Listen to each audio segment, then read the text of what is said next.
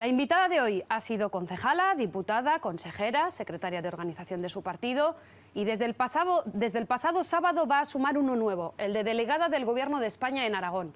Cambia de lado en la Plaza del Pilar después de 7 meses como portavoz del PSOE en el Ayuntamiento de Zaragoza. Fue la más votada en las pasadas elecciones municipales, pero no consiguió hacerse con la alcaldía debido al pacto entre PP y Ciudadanos apoyado por Vox. Ahora dice que se dedicará, entre otras cosas, a tender puentes entre Pedro Sánchez y Javier Lambán. Pilar Alegría, buenos días. Hola, buenos días. Lo primero, enhorabuena. Muchísimas gracias. Dice que va a tender puentes entre Pedro Sánchez y Javier Lambán, lo dijo el pasado sábado en su toma de posesión. Desde luego son muchos los puentes que van a hacer falta porque son muchos los temas que tienen en común ambas administraciones. Por ejemplo, los presupuestos generales del Estado. Ayer se reunió con el presidente Lambán, que le trasladó su deseo de que se convoque esa comisión mixta económico-financiero para analizar las inversiones que se tienen que hacer dentro de esos presupuestos este año. ¿Cree que es posible que Sánchez la convoque con la agenda que tiene, cuando de hecho ya están elaborándose esas cuentas en Madrid y, por ejemplo, tiene que reunirse con Cataluña en esa mesa de diálogo? Bueno, la predisposición que ha tenido siempre el Gobierno de España de escuchar a todas las comunidades autónomas es patente y evidente. A partir de ahí, lógicamente ayer, como bien indica, yo tuve una primera reunión con el presidente de la comunidad autónoma y también con el alcalde de Zaragoza y ambos dos me trasladaron distintas cuestiones a poder mejorar, incluso a plantear en un futuro, con lo cual así lo trasladaré también al Gobierno de España. Desde luego intentaremos que se pueda hacer efectiva esta comisión y si no es dicha comisión, al menos ver en qué cuestiones se puede mejorar esa coordinación entre el Gobierno de España y la comunidad autónoma. Creo que los intereses de ambas instituciones son los mismos, que al final es atender bien a los ciudadanos, en este caso aragoneses, y por tanto ahí tanto el Gobierno de España como el Gobierno de Aragón estarán en el mismo camino. Hoy se inaugura FIMA, otro de los asuntos que tienen en común las dos administraciones es la situación del campo, porque se inaugura esta Feria Internacional de Maquinaria Agrícola, la más importante de España. Abre hoy sus puertas en Zaragoza a las 12. No va a venir hoy el ministro Luis Planas, el ministro de Agricultura, como es tradición, porque tiene Consejo de Ministros. Vendrá el jueves y además se reunirá con organizaciones agrarias. El campo además ha convocado para este fin de semana una movilización para el día 10 de marzo, una movilización que previsiblemente acabará además en la delegación del Gobierno, porque le piden medidas al Gobierno central. ¿Qué le dice usted desde su nuevo cargo como representante aquí en Aragón del Gobierno de España al sector del campo aragonés, a agricultores y ganaderos? Bueno, efectivamente, una de las primeras cuestiones que pidieron los agricultores y los ganaderos, fue respuestas a través del boletín oficial. Y hoy, precisamente, en ese Consejo de Ministros se va a aprobar un decreto ley recogiendo una de las primeras medidas para atender las demandas de agricultores y ganaderos desde el punto de vista de precios en la cadena alimentaria, pero también medidas vía IRPF, fundamentalmente pensando en esos jóvenes agricultores. Son unas primeras medidas. El ministro Planas, además, y el Gobierno de España se comprometió a atender ya de una manera urgente, a dar soluciones y, como digo, en este Consejo de Ministros ya se va a ver esas primeras medidas y además tendremos la oportunidad, como bien indicaba, el próximo jueves, tanto el ministro Planas como el Gobierno de Aragón y yo misma, de sentarnos con todas las organizaciones agrarias. Está, por supuesto, en la agenda política, es una de las principales preocupaciones del Gobierno de España, me consta que también del Gobierno autonómico, y en nuestra querencia está, por supuesto, plantear respuestas y, como le digo, esa urgencia se va a ver reflejada en una de las primeras soluciones a través del Consejo de Ministros de hoy. También hay convocada una movilización en Andorra, también esta semana, y hay una reunión de técnicos del Ministerio con agentes sociales y económicos de la zona para abordar ese convenio de transición justa. ¿Cuándo se va a firmar el convenio? No hablamos de protocolos, hablamos de convenios. ¿Cuándo se van a firmar? ¿En marzo? Sí, las fechas efectivamente que se barajan es el mes de marzo y además espero y deseo, y así es la información que se me ha trasladado por parte del Ministerio de Transición, es que efectivamente las primeras semanas de marzo podemos ver ya esa primera firma de este convenio. Hablamos de las primeras semanas de marzo y ¿qué va a recoger ese convenio? Porque hay incertidumbre en el sector, además de que piden agilidad, piden también concreción. ¿Qué va a recoger ese convenio? Bueno, es verdad que si echamos la vista un poco atrás, a corto plazo, hemos vivido procesos electorales que seguramente han alargado esta firma del convenio. Yo quiero recordar que hemos vivido 5 procesos electorales este último año y creo que además tampoco podemos olvidarnos que el mensaje que lanza Europa desde hace años sobre esa necesaria transición justa no es de ahora. viene ya de la mano de un gobierno, cuando en España gobernaba el señor Rajoy, que seguramente si hubieran sido más previsores y hubieran tomado otras medidas, la situación se hubiera, digamos, dulcificado, por utilizar un término que espero que no se me malinterprete. A fecha de hoy, estamos en febrero del 2020, vamos a tener esa primera reunión el jueves, una reunión donde además se espera recoger también la información y las posibilidades que planteen los agentes sociales, los agentes económicos de las comarcas, y a raíz, digamos, de estas conversaciones se puedan plantear cuestiones que atiendan a esas demandas, fundamentalmente de esos trabajadores, de esas personas que se ven en el paro y que desde luego quieren seguir viviendo en esas cuencas, en esas comarcas mineras, y lo que tenemos que plantear y planificar es que esas personas puedan seguir viviendo ahora, pero también a medio y largo plazo en Aragón y en esas comarcas mineras. Creo que esa es desde luego la predisposición no solamente del Gobierno de España, me consta que también del Gobierno de Aragón, y por ahí es donde vamos a encontrar esas soluciones. Pero más allá de lo que le trasladen en esa reunión los agentes sociales y económicos de la zona, la planificación del Ministerio tiene que estar ya, por lo menos en un porcentaje importante, hecha. Sí, de hecho, los calendarios de esa planificación se va a abordar en esta reunión con los agentes a través de esos técnicos del Ministerio de Transición. Este próximo jueves, como digo, van a poder trabajar además sobre una calendarización que yo creo que también es importante desde el punto de vista de tranquilizar a las personas que están viéndose mucho más afectadas por ese cierre de la térmica. Entonces, ¿de qué hablamos? ¿De inversiones, de partidas de dinero concretas, de proyectos concretos? ¿De qué hablaremos? Se hablará de proyectos y se hablará, por supuesto, de inversiones. Claro que sí. Lógicamente, también hará falta una aprobación de un nuevo presupuesto, pero sí, fundamentalmente se va a poner sobre la mesa proyectos y calendarios. ¿Es partidaria de traer a Zaragoza a sedes de ministerios, como por ejemplo propuso Lambán, traer aquí el Ministerio de Transición Ecológica a Zaragoza? Bueno, yo creo que es una propuesta además que no solamente se ha tenido aquí en Aragón, ha habido otras comunidades autónomas que planteaban ese debate, que sería, si me permite, un debate de descentralización. Lógicamente se puede poner sobre la mesa, faltaría más el poder hablar de estas cuestiones, pero creo que esta realidad me da la sensación que formaría parte de un calendario ya más a medio largo plazo. Es una cuestión, por supuesto, que se puede hablar, pero creo que no es para que se transforme en una realidad inmediata. ¿Pero lo ve con buenos ojos? Bueno, yo creo que el poder plantear que distintos organismos, no sé si tienen que ser ministerios o puede ser otro tipo de entidades o instituciones, ¿por qué no? Pueden venir a Zaragoza, a Teruel, incluso a Huesca, ¿no? Creo que por parte no solamente del Gobierno de España, incluso a lo mejor de los propios gobiernos autonómicos, el poder, digamos, descentralizar, llevando a instituciones a otras provincias que no sea, en este caso, si hablamos del Gobierno de España, a Madrid, bueno, es un debate que yo creo que digamos, no tiene aristas negativas el hecho de poderlo plantear. Más temas en común entre ambas administraciones. En esta ocasión algo que les separa, como por ejemplo la devolución del IVA. El Ministerio se niega, el Ministerio de Hacienda, a devolver esos 80 millones de euros que le adeuda a la Comunidad Autónoma de Aragón, y el Gobierno de Aragón ha dicho que va a acudir a los tribunales. ¿Lo entiende? Bueno, lo respeto. Creo que las comunidades autónomas tienen la autonomía para tomar este tipo de decisiones.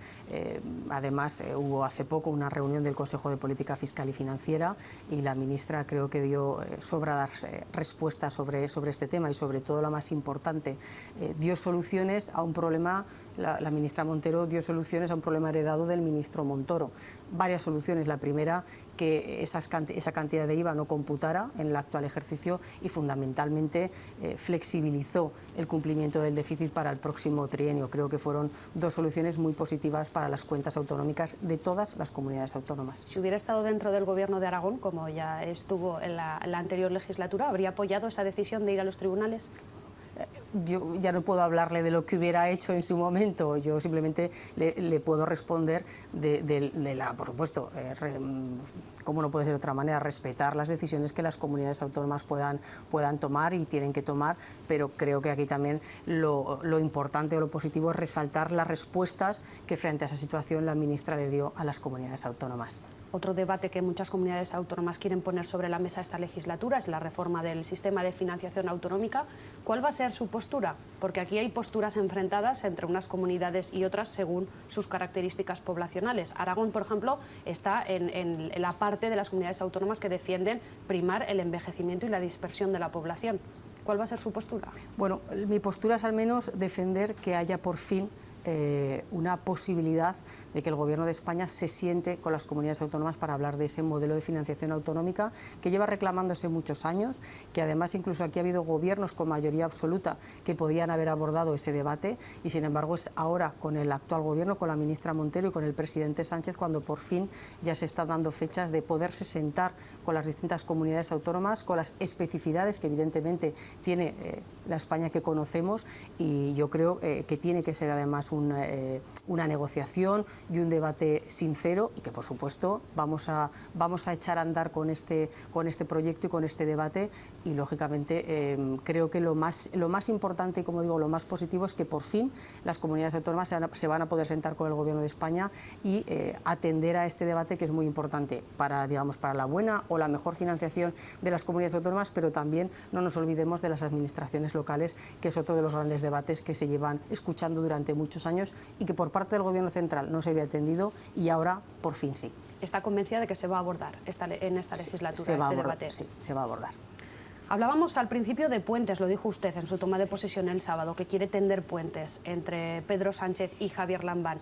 Cuando uno habla de tender puentes, normalmente los puentes sirven para salvar un río, se hacen para comunicar dos lados. ¿Hace falta una persona para que fluya la relación entre Javier Lambán y Pedro Sánchez a día de hoy? Yo es que no lo personalizaría. Yo creo que lo que tiene que haber si se puede, es decir, mejorar esa colaboración entre instituciones. Efectivamente, una institución es gobernada, o su presidente del Gobierno es Pedro Sánchez y la otra es Javier Lambán, pero aquí de lo que se trata es ser mucho más eficaces entre ambas instituciones para dar buena respuesta a los ciudadanos y ese es el principal interés del Gobierno de España y también del Gobierno de Aragón. Creo que los puentes sirven precisamente para eso, para comunicar territorios, comunicar ciudadanos y en este caso comunicar respuestas o mejorar la colaboración en ambas respuestas. Las delegaciones existen desde hace muchos años y ese ha sido uno de los principales papeles, poder jugar esa, pues usted lo decía, yo también efectivamente lo dije en la toma de posesión, utilicé esa metáfora de puente como podía haber utilizado cualquier otra, pero creo que lo importante es que seamos, digamos, un eco, las respuestas que se dé desde el Gobierno de España, pero también desde el Gobierno autonómico. Son públicas y más que evidentes las diferencias entre Pedro Sánchez y Javier Lambán desde hace tiempo y efectivamente tradicionalmente el puesto de delegada del Gobierno es un puesto que decide el presidente del Gobierno porque es, digamos, su cara, sus brazos en la comunidad autónoma. Sabiendo estas discrepancias públicas que existen entre el presidente del Gobierno central y el presidente del Gobierno de Aragón, ¿le pone a usted en cierta medida frente a frente con Javier Lambán incluso para un futuro disputarle la Secretaría General del PSOE? No, en absoluto. Yo estoy de lado, o sea, por supuesto estoy al lado del Gobierno de España y al lado del Gobierno de Aragón. Aquí de lo que se trata es efectivamente que a veces distintas administraciones puedan tener distintas posiciones o podamos ver las cosas de manera diferente. Me parece que entra dentro de la normalidad institucional. Lógicamente es así, puede haber algún tipo de discrepancia, pero aquí lo importante es que cuando nos sentamos a ver cuál es la agenda del Gobierno de España, cuáles son las prioridades del Gobierno de España y cuáles son las prioridades y el interés también del Gobierno autonómico, que además ambos presidentes pudieron relatar en sus tomas de posesión, las agendas son complementarias, incluso le diría que son absolutamente calcadas en temas muy importantes. Aquí los ciudadanos lo que están esperando es que las administraciones se entiendan y que las administraciones den buena respuesta a sus problemas. Y ahí, tanto el presidente de Aragón como el presidente de España, como le digo, están absolutamente en sintonía. Habla de que existen ciertas discrepancias entre ambas personas y ambas administraciones. No sé si hubo discrepancias o qué hubo exactamente, cuéntenoslo usted, que fue un poco la protagonista cuando la nombraron, porque, por ejemplo, dicen que ni al Gobierno de Aragón, ni a la anterior delegada, a su antecesora, a Carmen Sánchez, ni al propio Partido Socialista, se les comunicó la decisión ni desde Ferraz ni desde Moncloa. ¿Fue así? ¿Qué ocurrió cuando le nombraron? Yo le puedo hablar por mí, efectivamente. A mí me llamaron, me hicieron la propuesta de ser la nueva delegada del Gobierno. ¿Cuándo le llamaron y quién le hace la propuesta? Pues mire, a mí me llamaron el domingo, no recuerdo exactamente la fecha, pero sí que le diré que estaba yo en pleno proceso de elecciones de los barrios rurales, porque yo estaba entre Garrapinillos y Monzalbarba, recibí una llamada desde Moncloa.